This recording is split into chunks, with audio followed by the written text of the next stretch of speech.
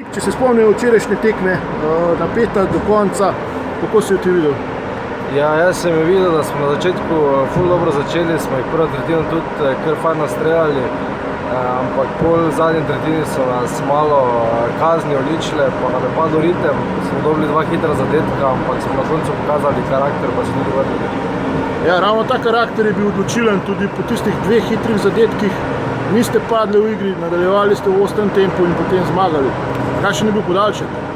Ja, podaljšek 3-3 je pač nekaj novega tudi za mene in pač celi čas smo napadali, pametno odigrali v napadu in na koncu tudi zadeli.